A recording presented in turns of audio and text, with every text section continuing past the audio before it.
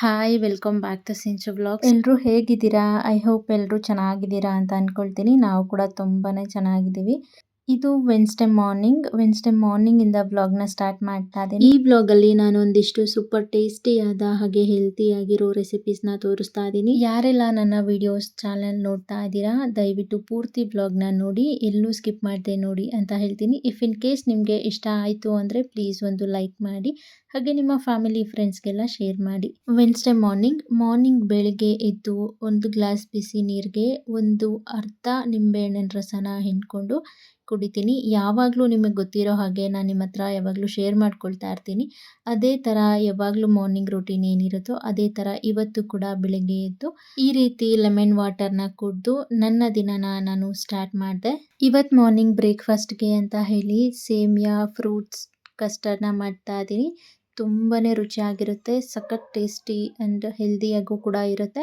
ತುಂಬ ಕ್ವಿಕ್ಕಾಗಿ ಮಾಡ್ಕೊಂಡು ಬಿಡ್ಬೋದು. ಈಗ ಹೇಗೆ ಮಾಡೋದು ಅಂತ ನೋಡೋಣ. ನಾನಿಲ್ಲಿ ಸ್ಟವ್ ಮೇಲೆ ಈ ರೀತಿ ಒಂದು ಪ್ಯಾನ್ ಇಟ್ಟು ಇದಕ್ಕೆ 1 ಟೇಬಲ್ ಸ್ಪೂನ್ ತುಪ್ಪನ ಹಾಕಿ ನಂತರ ಅರ್ಧ ಬೌಲ್ ಆಗುವಷ್ಟು ಸೇಮಿಯಾನ ಹಾಕೊಳ್ತಾ ಇದ್ದೀನಿ. ಇದು ರೋಸ್ಟೆಡ್ ಸೇಮಿಯಾ ಆದರೂ ಕೂಡ 1 ನಿಮಿಷ ಆದರೂ ಇದನ್ನು ರೋಸ್ಟ್ ಮಾಡ್ಕೊಳ್ಬೇಕು. ಈ ರೀತಿ ಇದನ್ನು ರೋಸ್ಟ್ ಮಾಡ್ಕೊಳ್ತೀನಿ. ವಿತೌಟ್ ಸೇಮಿಯಾ ಕೂಡ ನೀವು ಫ್ರೂಟ್ ಕಸ್ಟರ್ಡ್ನ ಮಾಡ್ಕೊಳ್ಬೋದು.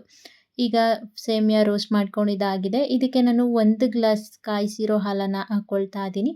ಹಾಲನ್ನು ಹಾಕಿ ಮತ್ತು ಇದನ್ನು ಚೆನ್ನಾಗಿ ಮಿಕ್ಸ್ ಮಾಡ್ಕೊಳ್ತೀನಿ.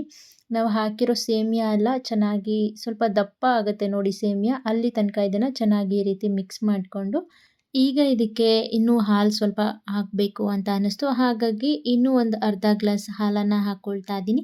ಮತ್ತು ಹಾಲನ್ನು ಹಾಕಿ ಚೆನ್ನಾಗಿ ಮಿಕ್ಸ್ ಮಾಡ್ಕೊಳ್ತೀನಿ. ನಂತರ ನಾನಿಲ್ಲಿ ಸೇಮಿಯಾ ಹಾಕ್ಕೊಂಡಿದ್ದೆ ಅಲ್ವಾ, ಅದೇ ಬೌಲಲ್ಲಿ ಒಂದು 1/4 ಬೌಲ್ ಆಗುವಷ್ಟು ಸಕ್ಕರೆನ ಆ್ಯಡ್ ಮಾಡಿಕೊಂಡು ಚೆನ್ನಾಗಿ ಮಿಕ್ಸ್ ಮಾಡ್ಕೊಳ್ತೀನಿ. ಸಕ್ಕರೆ ಎಲ್ಲ ಪೂರ್ತಿ ಕರಗೋ ತನಕ ಈ ರೀತಿ ಮಿಕ್ಸ್ ಮಾಡಿಕೊಂಡು ಇದನ್ನು ಚೆನ್ನಾಗಿ ಕುದಿಯೋಕ್ಕೆ ಬಿಡ್ತೀನಿ. ನೋಡಿ ಈಗ ಚೆನ್ನಾಗಿ ಕುದೀತಾ ಇದೆ. ಈ ಟೈಮಲ್ಲಿ ನಾನು ಒಂದು ಬೌಲ್ಗೆ 2 ಟೇಬಲ್ ಸ್ಪೂನ್ ಆಗುವಷ್ಟು ಕಸ್ಟರ್ಡ್ ಪೌಡರ್ನ ಹಾಕ್ಕೊಂಡು ಇದಕ್ಕೆ ಸ್ವಲ್ಪ ನೀರನ್ನು ಹಾಕಿ ಇದನ್ನು ಗಂಟಿಲ್ಲದೆ ಇರೋ ರೀತಿ ಚೆನ್ನಾಗಿ ಮಿಕ್ಸ್ ಮಾಡ್ಕೊಳ್ಬೇಕು. ಈಗ ಈ ಮಿಕ್ಸ್ ಮಾಡ್ಕೊಂಡಿದ್ದಂಥ ಕಸ್ಟರ್ಡ್ ಪೌಡರ್ನ ಈ ಹಾಲು ಮತ್ತು ಸೇಮಿಯಾ ಏನು ಮಾಡ್ತಾ ಇದ್ದೀವಲ್ಲ ಅದಕ್ಕೆ ಹಾಕ್ಕೊಳ್ಬೇಕು. ಹಾಕಿ ಮತ್ತೆ ಇದನ್ನು ಚೆನ್ನಾಗಿ ಮಿಕ್ಸ್ ಮಾಡ್ಕೊಳ್ಬೇಕು. ಮೇಕ್ ಶೂರ್ ಇದು ಒಂಚೂರು ಗಂಟಾಗಬಾರ್ದು, ಆ ರೀತಿ ಚೆನ್ನಾಗಿ ಮಿಕ್ಸ್ ಮಾಡ್ಕೊಳ್ಬೇಕು. ನಂತರ ಇದಕ್ಕೆ ಏಲಕ್ಕಿ ಪುಡಿನ ಹಾಕ್ಕೊಳ್ಬೇಕು. ನನ್ನ ಹತ್ರ ಏಲಕ್ಕಿ ಪುಡಿ ಇಲ್ಲ, ಏಲಕ್ಕಿ ಇದೆ, ಹಾಗಾಗಿ ಅದನ್ನೇ ಕುಟ್ಟಿ ಪುಡಿ ಮಾಡಿಕೊಂಡು ಸೇರಿಸ್ಕೊಳ್ತಾ ಇದ್ದೀನಿ. ಇದನ್ನು ಹಾಕಿ ಚೆನ್ನಾಗಿ ಮತ್ತೆ ಮಿಕ್ಸ್ ಮಾಡ್ಕೊಳ್ತೀನಿ. ಈಗ ನೋಡ್ತಾ ಇರ್ಬೋದು ಸೇಮಿಯಾ ಎಲ್ಲ ಚೆನ್ನಾಗಿ ಬೆಂದಿದೆ ಮತ್ತು ಸ್ವಲ್ಪ ಗಟ್ಟಿಯಾಗಿ ಆಗಿದೆ. ಈ ಕನ್ಸಿಸ್ಟೆನ್ಸಿ ಬಂದಾಗ ಸ್ಟವ್ ಆಫ್ ಮಾಡಿಕೊಂಡು ಇದನ್ನು ಫ್ರಿಜ್ಜಲ್ಲಿ ಇಡಿ ಅಥವಾ ಹೊರಗಡೆನೇ ಇಟ್ಟು ಇದನ್ನು ತಣ್ಣಗಾಗೋಕ್ಕೆ ಬಿಡಬೇಕು. ಅಷ್ಟರಲ್ಲಿ ನಾನಿಲ್ಲಿ ಫ್ರೂಟ್ಸ್ ಎಲ್ಲ ಕಟ್ ಮಾಡಿ ಇಟ್ಕೊಂಡಿದ್ದೀನಿ, ನೀವು ನೋಡ್ಬೋದು. ಇನ್ನು ಇದನ್ನು ಒಂದು ಈ ರೀತಿ ಪಾತ್ರೆಗೆ ಹಾಕ್ಕೊಳ್ತಾ ಇದ್ದೀನಿ.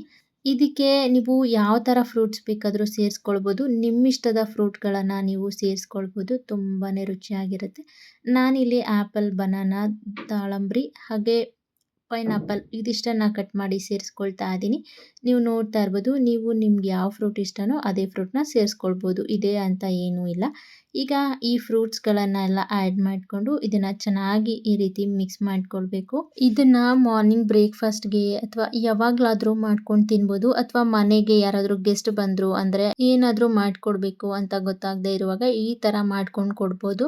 ಅಥವಾ ಫ್ರೂಟ್ಸ್ ಮನೇಲಿ ಜಾಸ್ತಿ ಉಳ್ಕೊಂಡಿದೆ, ನಿಮಗೆ ಫ್ರೂಟ್ಸ್ ತಿನ್ನೋಕ್ಕಾಗಲ್ಲ ಅಂದರೆ ಆವಾಗ ಕೂಡ ಮಾಡ್ಕೊಳ್ಬೋದು, ತುಂಬಾ ರುಚಿಯಾಗಿರುತ್ತೆ.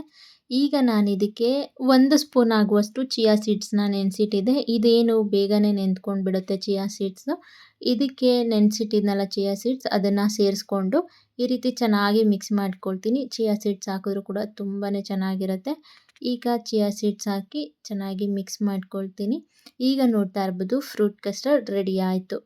ಈಗ ನಾನು ಇದನ್ನು ಇನ್ನೊಂದು ಈ ರೀತಿ ಇರೋ ಬೌಲ್ಗೆ ಸೇರಿಸ್ಕೊಳ್ತಾ ಇದ್ದೀನಿ. ಇದನ್ನು ಒಂದು 5 ನಿಮಿಷ ಅಥವಾ 10 ನಿಮಿಷ ಫ್ರಿಜ್ಜಲ್ಲಿ ಇಟ್ಟು ತಿಂದರೆ ಕೂಡ ತುಂಬಾ ಚೆನ್ನಾಗಿರುತ್ತೆ, ಅಥವಾ ಹೀಗೆ ಬೇಕಿದ್ದರೂ ತಿನ್ಬೋದು.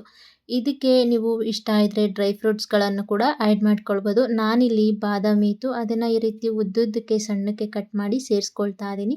ಹಾಗೆ ಮನೇಲಿ ಸನ್ಫ್ಲವರ್ ಸೀಡ್ಸ್ ಕೂಡ ಇತ್ತು, ಅದನ್ನು ಕೂಡ ಆ್ಯಡ್ ಮಾಡ್ಕೊಂಡಿದ್ದೀನಿ. ಈಗ ನೋಡ್ತಾ ಇರ್ಬೋದು ನೀವು ಎಷ್ಟು ಬ್ಯೂಟಿಫುಲ್ಲಾಗಿ ಕಾಣ್ತಾ ಇದೆ. ಇದು ತಿನ್ನೋಕ್ಕೂ ಕೂಡ ಅಷ್ಟೇ ಸೂಪರ್ ಟೇಸ್ಟಿಯಾಗಿರುತ್ತೆ. ತುಂಬಾ ಚೆನ್ನಾಗಿರುತ್ತೆ. ಟೈಮ್ ಇದ್ದರೆ ಇದನ್ನು ಸ್ವಲ್ಪ ಹೊತ್ತು ಫ್ರಿಡ್ಜಲ್ಲಿ ಇಟ್ಟು ತಿನ್ನೋದಕ್ಕೆ ಇನ್ನೂ ಚೆನ್ನಾಗಿರುತ್ತೆ. ನಿಮಗೆ ಇದು ಇಷ್ಟ ಆಗ್ಬೋದು ಅಂತ ಅಂದ್ಕೊಂಡಿದ್ದೀನಿ. ಇಷ್ಟ ಆದರೆ ಪ್ಲೀಸ್ ಒಂದು ಲೈಕ್ ಮಾಡಿ, ಹಾಗೆ ನಿಮ್ಮ ಫ್ಯಾಮಿಲಿ ಫ್ರೆಂಡ್ಸ್ಗೆಲ್ಲ ಶೇರ್ ಮಾಡಿ. ಇನ್ನು ಒಂದು ಮಿಕ್ಸಿ ಜಾರ್ಗೆ ಒಂದು ಹಸಿರು ಮೆಣಸಿನ್ಕಾಯಿ, ಒಂದು 6ರಿಂದ 7 ಬೆಳ್ಳುಳ್ಳಿ, 1 ಇಂಚ್ ಆಗುವಷ್ಟು ಶುಂಠಿನ ಕಟ್ ಮಾಡಿ ಸೇರಿಸ್ಕೊಳ್ತಾ ಇದ್ದೀನಿ. ಹಾಗೆ ಸ್ವಲ್ಪ ಪುದೀನ, ಹಾಗೆ ಸ್ವಲ್ಪ ಕೊತ್ತಂಬರಿ ಸೊಪ್ಪನ್ನು ಸೇರಿಸಿ ಇದಕ್ಕೆ ಸ್ವಲ್ಪ ನೀರನ್ನು ಸೇರಿಸಿ ಇದನ್ನು ರುಬ್ಕೊಳ್ತೀನಿ. ನೋಡಿ ಈ ರೀತಿ ಆಗಿದೆ ಗ್ರೀನ್ ಮಸಾಲೆ. ಇದನ್ನು ರುಬ್ಕೊಂಡು ನಂತರ ನಾನಿಲ್ಲಿ ಮನೆಯಲ್ಲಿ ಪೈನಾಪಲ್ ಇತ್ತು ಅದನ್ನು ಕಟ್ ಮಾಡ್ಕೊಳ್ತಾ ಇದ್ದೀನಿ. ಈ ಪೈನಾಪಲ್ನ ಬಳಕೊಂಡು ನಾವು ರುಬ್ಬಿಟ್ಕೊಂಡಿದ್ದೀವಿ ಅಲ್ಲ ಮಸಾಲೆ, ಈ ಮಸಾಲೆನ ಈ ಪೈನಾಪಲ್ಗೆ ಹಾಕಿ ಇದನ್ನು ಡೈರೆಕ್ಟ್ ಬೆಂಕಿಲಿ ಸುಡೋದು ಅಥವಾ ತವಾ ಇಟ್ಟು ಅಥವಾ ಏನಾದರೂ ಪ್ಯಾನ್ ಇಟ್ಟು ಅದ್ರ ಮೇಲೆ ಸುಡೋದು ತುಂಬಾ ಚೆನ್ನಾಗಿರುತ್ತೆ. ಇದನ್ನು ಒಂದ್ಸರಿ ನನ್ನ ಹಸ್ಬೆಂಡ್ ಮಾಡಿಕೊಟ್ಟಿದ್ರು. ಅದು ತುಂಬ ರುಚಿಯಾಗಿತ್ತು. ಒಂದು ಸೈಡು ಸ್ವೀಟು, ಖಾರ, ಸ್ವೀಟು, ಉಪ್ಪು, ಹುಳಿ, ಖಾರ ಇದೆಲ್ಲ ಮಿಕ್ಸ್ ಆದರೆ ಎಷ್ಟು ಚೆನ್ನಾಗಿರುತ್ತೆ. ಒಂಥರ ಡಿಫ್ರೆಂಟ್ ಟೇಸ್ಟ್ ಕೊಡುತ್ತೆ. ಹಾಗೆ ತುಂಬಾ ಚೆನ್ನಾಗಿರುತ್ತೆ. ನೋಡಿ ಇಲ್ಲಿ ಪೈನಾಪಲ್ನ ಈ ರೀತಿ ಕಟ್ ಮಾಡಿಕೊಂಡು ಇದಕ್ಕೆ ನಾವು ರುಬ್ಬಿಟ್ಕೊಂಡಿದ್ದಂಥ ಮಸಾಲೆ, ಹಾಗೆ ನಾನು ಇದಕ್ಕೆ ಉಪ್ಪನ್ನು ಆ್ಯಡ್ ಮಾಡ್ಕೊಂಡಿದ್ದೀನಿ ಮಸಾಲೆ ರುಬ್ಬುವಾಗ, ಅದು ಸ್ಕಿಪ್ ಆಗಿದೆ. ನೀವು ಉಪ್ಪನ್ನು ಆ್ಯಡ್ ಮಾಡ್ಕೊಳ್ಬೋದು. ಪೈನಾಪಲ್ನ ಈ ರೀತಿ ಕಟ್ ಮಾಡಿಕೊಂಡು ಈ ಮಸಾಲೆ ಪೂರ್ತಿ ಈ ಕಟ್ ಮಾಡ್ಕೊಂಡಿರೋ ಈ ಎಲ್ಲ ಪೈನಾಪಲ್ಗೂ ಈ ರೀತಿ ಫಿಲ್ ಮಾಡ್ಕೊಳ್ಬೇಕು. ಈ ರೀತಿ ಫಿಲ್ ಮಾಡ್ಕೊಂಡ ನಂತರ ಸ್ಟವ್ ಹಚ್ಕೊಂಡು ಸ್ಟವ್ ಮೇಲೆ ಈ ರೀತಿ ಪ್ಯಾನ್ ಇಟ್ಟು ಇದಕ್ಕೆ ಎಣ್ಣೆ ಹಾಕ್ಕೊಳ್ತಾ ಇದ್ದೀನಿ. ಸ್ವಲ್ಪ ಎಣ್ಣೆ ಹಾಕ್ಕೊಂಡು ಎಣ್ಣೆನ ಈ ರೀತಿ ಸ್ಪ್ರೆಡ್ ಮಾಡಿಕೊಂಡು ನಾವೇನಿಲ್ಲಿ ಪೈನಾಪಲ್ಗೆ ಈ ರೀತಿ ಮಸಾಲೆನ ಹಾಕ್ಕೊಂಡಿಟ್ಟಿದ್ವಿ ಅಲ್ಲ, ಇದನ್ನು ಈ ರೀತಿ ಪ್ಯಾನ್ ಮೇಲೆ ಒಂದೊಂದಾಗೆ ನಿಧಾನಕ್ಕೆ ಇಟ್ಟು ಇದನ್ನು ಎರಡೂ ಸೈಡು ಬೇಯಿಸ್ಕೊಳ್ಬೇಕು ಅಷ್ಟೇ. ಇದನ್ನು ನೋಡಿ ಒಂದು ಸೈಡು ಬೆಂದ ನಂತರ ಮತ್ತೆ ಉಲ್ಟಾ ಮಾಡಿ ಬೇಯಿಸ್ಕೊಳ್ಬೇಕು. ಇದೇ ರೀತಿ ಎಲ್ಲನೂ ಉಲ್ಟಾ ಮಾಡ್ಕೊಳ್ಬೇಕು. ಲೋ ಫ್ಲೇಮಲ್ಲೇ ಇದನ್ನು ಬೇಯಿಸ್ಕೊಳ್ಬೇಕು. ಈ ರೀತಿ ಬೇಯಿಸ್ಕೊಂಡ್ರೆ ಆಯಿತು. ಉಲ್ಟಾ ಸೀದಾ 2 ಸರಿ ಇದನ್ನು ಈ ರೀತಿ ಚೆನ್ನಾಗಿ ಬೇಯಿಸ್ಕೊಳ್ಳೋದು. ಈಗ ನೋಡ್ತಾ ಇರ್ಬೋದು ಇದು ರೆಡಿ ಆಯಿತು. ಈಗ ಇದನ್ನು ಪ್ಲೇಟ್ಗೆ ಸರ್ವ್ ಮಾಡ್ತಾ ಇದ್ದೀನಿ. ತುಂಬಾ ರುಚಿಯಾಗಿರುತ್ತೆ. ಇದನ್ನು ನನ್ನ ಹಸ್ಬೆಂಡ್ ನನಗೆ ಒಂದ್ಸರಿ ಮಾಡಿಕೊಟ್ಟಿದ್ರು. ಅದನ್ನು ನೋಡಿ ನಾನು ಈಗ ಮಾಡಿದ್ದು ಅಷ್ಟೇ. ಅವ್ರು ಕೇಳ್ತಾ ಇದ್ರು ಈ ರೀತಿ ಮಾಡಿಕೊಡಿ ಅಂತ ಹೇಳಿ. ತುಂಬಾ ಚೆನ್ನಾಗಿರುತ್ತೆ. ಹಾಗಾಗಿ ಇದನ್ನು ಟ್ರೈ ಮಾಡಿದೆ. ಖಂಡಿತ ನೀವು ಇದನ್ನು ಟ್ರೈ ಮಾಡಿ. ನಿಮಗೆ ಈ ಪೈನಾಪಲ್ ರೆಸಿಪಿ ಇಷ್ಟ ಆಗಿದ್ರೆ ಪ್ಲೀಸ್ ಒಂದು ಲೈಕ್ ಮಾಡಿ. ನಿಮಗೆ ಇಷ್ಟ ಆಗಿದೆ ಅಂತ ನನಗೂ ಕೂಡ ಗೊತ್ತಾಗುತ್ತೆ, ಹಾಗೆ ಖುಷಿ ಆಗುತ್ತೆ. ನಾನಿಲ್ಲಿ ಅರ್ಧ ಪೈನಾಪಲ್ನ ತವಾ ಮೇಲೆ ಅಂದರೆ ಈ ರೀತಿ ಒಂದು ಪ್ಯಾನ್ ಇಟ್ಟು ಅದನ್ನು ಸುಟ್ಕೊಂಡಿದ್ದೀನಿ, ಬೇಯಿಸ್ಕೊಂಡಿದ್ದೀನಿ. ಈಗ ಡೈರೆಕ್ಟ್ ಸ್ಟವ್ ಹಚ್ಕೊಂಡು ಅದ್ರ ಮೇಲೆ ಈ ರೀತಿ ಗ್ರಿಲ್ ಮಾಡೋದು ಇರುತ್ತೆ ನೋಡಿ. ಇದನ್ನು ಇಟ್ಟು ಇದ್ರ ಮೇಲೆ ನಾವು ಮಸಾಲೆ ಫಿಲ್ ಮಾಡಿರೋ ಈ ಪೈನಾಪಲ್ನ ಇಟ್ಟು ಸ್ಪೂನ್ ಸಹಾಯದಿಂದ ಇದನ್ನು ಉಲ್ಟಾ ಸೀದಾ ಈ ರೀತಿ ಬೇಯಿಸ್ಕೊಳ್ಳೋದು. ನಿಮಗೆ ಯಾವ ರೀತಿ ಬೇಕೋ ಆ ರೀತಿ ನೀವು ಫಿಲ್ ಮಾಡಿಕೊಂಡು ಬೇಯಿಸ್ಕೊಳ್ಬೋದು. ತುಂಬಾ ರುಚಿಯಾಗಿರುತ್ತೆ. ಇನ್ನು ಮಧ್ಯಾಹ್ನ ಊಟಕ್ಕೆ ಅಂತ ಹೇಳಿ ನಾನು ಪಲಾವ್ನ ಮಾಡ್ಕೊಂಡಿದ್ದೆ, ವೆಜಿಟೇಬಲ್ ಪಲಾವ್.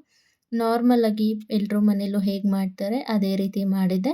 ಸೊ ಈ ರೆಸಿಪಿನ ನಾನು ಆಲ್ರೆಡಿ ಶೇರ್ ಮಾಡಿದ್ದೀನಿ, ಹಾಗಾಗಿ ನಾನು ಇದನ್ನು ವಿಡಿಯೋ ಮಾಡ್ಕೊಂಡಿಲ್ಲ. ಇನ್ನು ಬೆಳಿಗ್ಗೆ ಅಡುಗೆ ಕೆಲಸ ಎಲ್ಲ ಮುಗಿಸ್ಕೊಂಡು ಹಾಗೆ ಮನೇಲಿ ಸ್ವಲ್ಪ ಕೆಲಸ ಇತ್ತು ಅದನ್ನು ಮುಗಿಸ್ಕೊಂಡು ಮಾರ್ನಿಂಗ್ ಬ್ರೇಕ್ಫಾಸ್ಟ್ ಎಲ್ಲ ಮಾಡಿ ನಂತರ ತಲೆಗೆ ಎಣ್ಣೆ ಹಚ್ಕೊಳ್ಳೋಣ ಅಂತ ಹೇಳಿ ಎಣ್ಣೆ ಬಿಸಿ ಮಾಡ್ಕೊಳ್ಳೋದಕ್ಕೆ ಈ ರೀತಿ ಒಂದು ಸ್ಟೀಲ್ ಬೌಲ್ಗೆ ಸ್ವಲ್ಪ ಎಣ್ಣೆನ ಹಾಕಿ ಈ ರೀತಿ ಬಿಸಿ ಮಾಡಿಕೊಂಡೆ.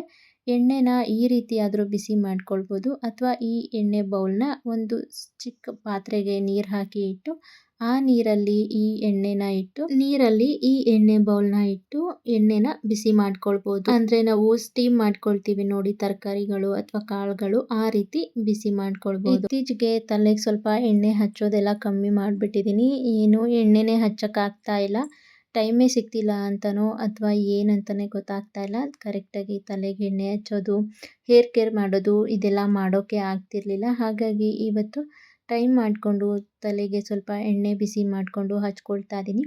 ಎಣ್ಣೆನ ಬಿಸಿ ಮಾಡಿಕೊಂಡು ಏನಕ್ಕೆ ಹಚ್ಕೊಳ್ಬೇಕು ಅಂದರೆ ಎಣ್ಣೆ ಬಿಸಿ ಮಾಡ್ಕೊಂಡು ಹಚ್ಕೊಳ್ಳೋದ್ರಿಂದ ತಲೆಗೆ ಅಂದರೆ ಹೇರ್ಗೆ, ತಲೆ ಸ್ಕಿನ್ ಇರುತ್ತೆ ಅಲ್ವಾ, ಅದಕ್ಕೆ ಎಲ್ಲದಕ್ಕೂ ತುಂಬಾ ಒಳ್ಳೆಯದು. ಅಂದರೆ ಹೆಲ್ದಿಯಾಗಿ ಒಳ್ಳೆಯದಾಗಿರುತ್ತೆ. ಮತ್ತು ನಿದ್ದೆ ಕೂಡ ಚೆನ್ನಾಗಿ ಬರುತ್ತೆ. ಈ ರೀತಿ ಬೆಚ್ಚಗೆ ಮಾಡ್ಕೊಳ್ಬೇಕು ಅಷ್ಟೇ ಎಣ್ಣೆನ.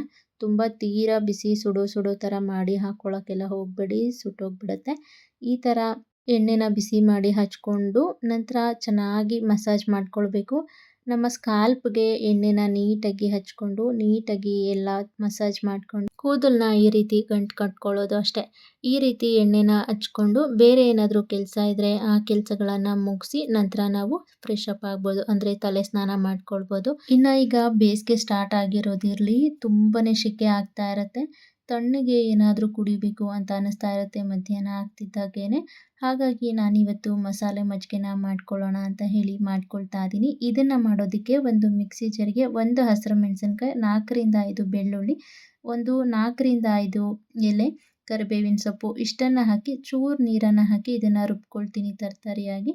ರುಬ್ಕೊಂಡು ನಾನಿಲ್ಲಿ ಒಂದು ಬೌಲ್ ಆಗುವಷ್ಟು ಮೊಸರನ್ನ ಸೇರಿಸ್ಕೊಂಡಿದ್ದೀನಿ. ನಾನಿಲ್ಲಿ 1 ಬೌಲ್ ಮೊಸರಿಗೆ 3 ಬೌಲ್ ಆಗುವಷ್ಟು ನೀರನ್ನು ಆ್ಯಡ್ ಮಾಡ್ಕೊಳ್ತೀನಿ. 2 ಬೌಲ್ ನೀರನ್ನು ಹಾಕಿ ನಂತರ ನಾನಿಲ್ಲಿ ರುಬ್ಬಿಟ್ಕೊಂಡಿದ್ದೆ ಅಲ್ವಾ ಈ ಮಸಾಲೆನ ಸೇರಿಸ್ಕೊಳ್ತೀನಿ. ಸೇರಿಸ್ಕೊಂಡು ಈಗ ಅದೇ ಮಿಕ್ಸಿ ಜಾರ್ಗೆ ಇನ್ನೂ 1 ಬೌಲ್ ನೀರನ್ನು ಹಾಕಿ ಈ ರೀತಿ ಮಿಕ್ಸ್ ಮಾಡಿಕೊಂಡು ನಂತರ ಈ ಮಿಕ್ಸ್ ಮಾಡ್ಕೊಂಡಿರೋ ಈ ಮಸಾಲೆನ ಕೂಡ ಇದಕ್ಕೆ ಆ್ಯಡ್ ಮಾಡ್ಕೊಳ್ತಾ ಇದ್ದೀನಿ. ಈ ರೀತಿ ಆ್ಯಡ್ ಮಾಡ್ಕೊಳ್ಳೋದು.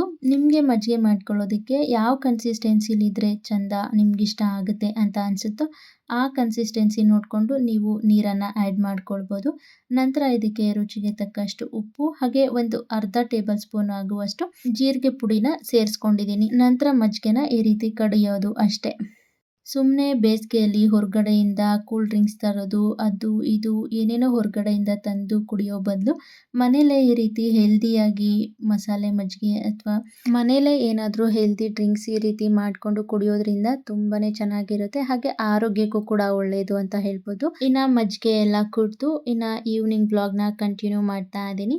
ನನ್ನ ಹಸ್ಬೆಂಡು ಆಫೀಸಿಂದ ಬಂದು ಆನಿಯನ್ ರಿಂಗ್ಸ್ ಅಂತ ಹೇಳಿ ಮಾಡ್ತಾ ಇದ್ದಾರೆ. ಅವ್ರ ಆಫೀಸಲ್ಲಿ ಟೀಮ್ ಡಿನ್ನರ್ ಇತ್ತು ರೀಸೆಂಟಾಗಿ. ಅವರು ಅಲ್ಲಿ ಡಿನ್ನರ್ಗೆ ಹೋದಾಗ ಅವರು ಆರ್ಡರ್ ಮಾಡಿದಂಥ ಈ ಆನಿಯನ್ ರಿಂಗ್ಸ್ ಅಂತೆ ಏನೋ ತುಂಬ ಚೆನ್ನಾಗಿದೆ, ಅದನ್ನು ನಿಮಗೂ ಟೇಸ್ಟ್ ಮಾಡಿಸ್ಬೇಕು ಅಂತ ಹೇಳಿ ನಾನು ಮಾಡಿಕೊಡ್ತೀನಿ ಅಂತ ಹೇಳಿ ಮಾಡ್ತಾ ಇದ್ದಾರೆ. ಆ ರೆಸಿಪಿನ ಕೂಡ ಇಲ್ಲಿ ಚೂರು ಶೂಟ್ ಮಾಡ್ಕೊಂಡಿದ್ದೀನಿ, ಅಂದರೆ ಪೂರ್ತಿಯಾಗಿ ಶೂಟ್ ಮಾಡ್ಕೊಂಡಿಲ್ಲ. ನಾನು ನೈಟ್ಗೆ ಅಂತ ಹೇಳಿ ಮುದ್ದೆ ಬಸ್ಸಾಂಬಾರನ್ನ ಮಾಡ್ತಾಯಿದ್ದೆ. ಅವರು ಸೈಡಲ್ಲಿ ಈ ರೀತಿ ಆನಿಯನ್ ರಿಂಗ್ಸ್ನ ಮಾಡ್ತಾಯಿದ್ರು. ಹಾಗಾಗಿ ನಾನು ಶೂಟ್ ಮಾಡ್ಕೊಳ್ಳೋಕ್ಕಾಗಲಿಲ್ಲ.